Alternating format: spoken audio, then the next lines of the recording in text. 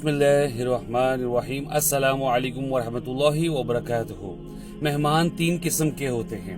एक वो मेहमान होता है कि आप बिल्कुल पसंद नहीं करते कि वो हमारे घर भी आए, और दूसरे किस्म का मेहमान वो होता है कि अगर आ जाए ठीक है, लेकिन आपको दिल नहीं करता कि घर पे आए, आ जाए तो ठीक है।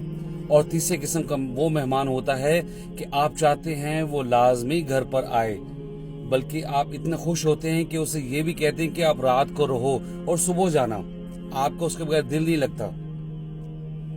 तो मस्जिदें अल्लाह का घर हैं और नमाजी अल्लाह के मेहमान हैं।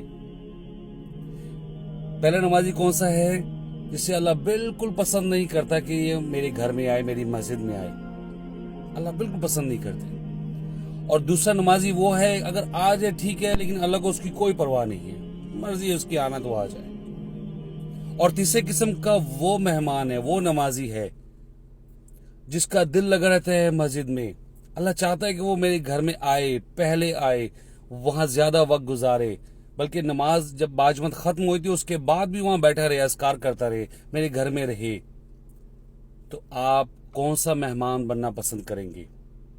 पहले वाला, दूसरे वाला, तीसरे वाला, कौन सा?